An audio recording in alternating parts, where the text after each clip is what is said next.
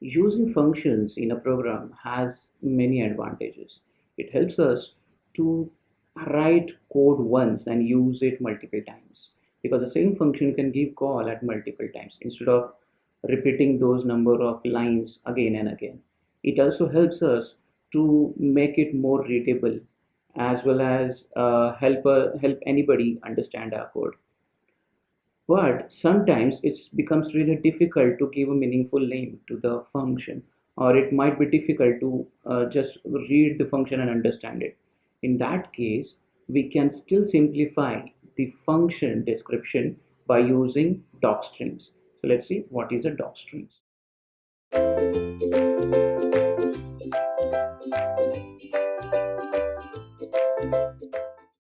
So docstrings are nothing but a type of comment used to explain the purpose of the function and how it should be used. It's also called as documentation string.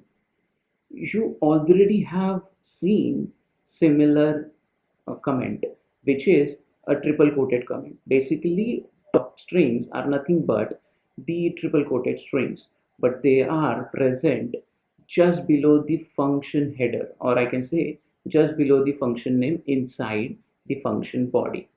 If you want to know more about docstring, please visit the URL that I have given. Now let's see the example of docstring. So let's define a function. Let's call it as area. This function takes parameter, let's say length, comma, height, and it returns the length into height, basically area of a rectangle. And we give call to this function by passing values of 2, 3. Okay, so this is really simple function. Let's first execute this. Python docstrings.py and 6, because that's what the values had suggested. Now let's add a docstring to it. So from this area function, if you see, it's not clear exactly which area that it is talking about, whether it's an area of a rectangle or area of a triangle, we don't know. So just to simplify and give an idea that it is talking about the area of a rectangle, we write a docstring which is enclosed within three triple quoted string. So let's say calculate area of a rectangle. So if the description of the function can be placed within one single line, you can put a docstring of one single line. But if the function is complex and you need to put one more paragraph for describing, you can go on putting it on the next line. But make sure that it's inside this. Now there are few optional things which you can add on this, which is an input.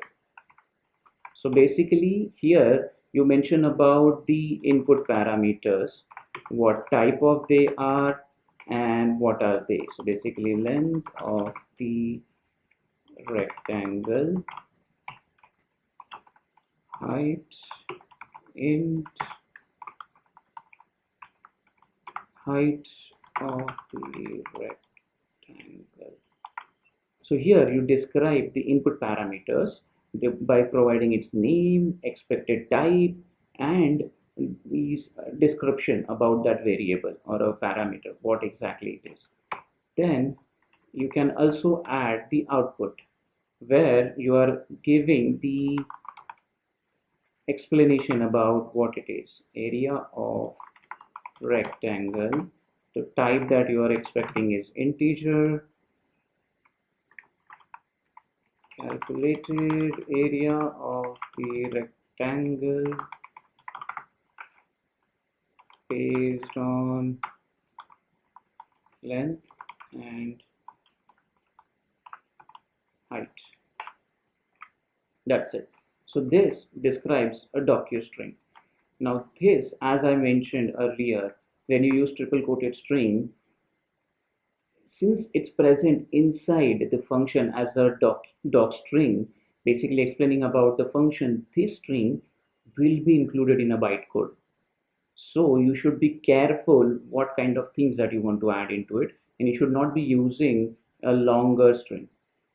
If your triple quoted string is present somewhere else, even if it is like inside the body of the function but not just below the name of the function as a doc string, it will be ignored and it won't be included in a bytecode. But here in this position, it will be included into the bytecode. So make sure that you are not unnecessarily increasing the size of this string. Now let's run this example. Python docstrings.py, and it works perfectly fine.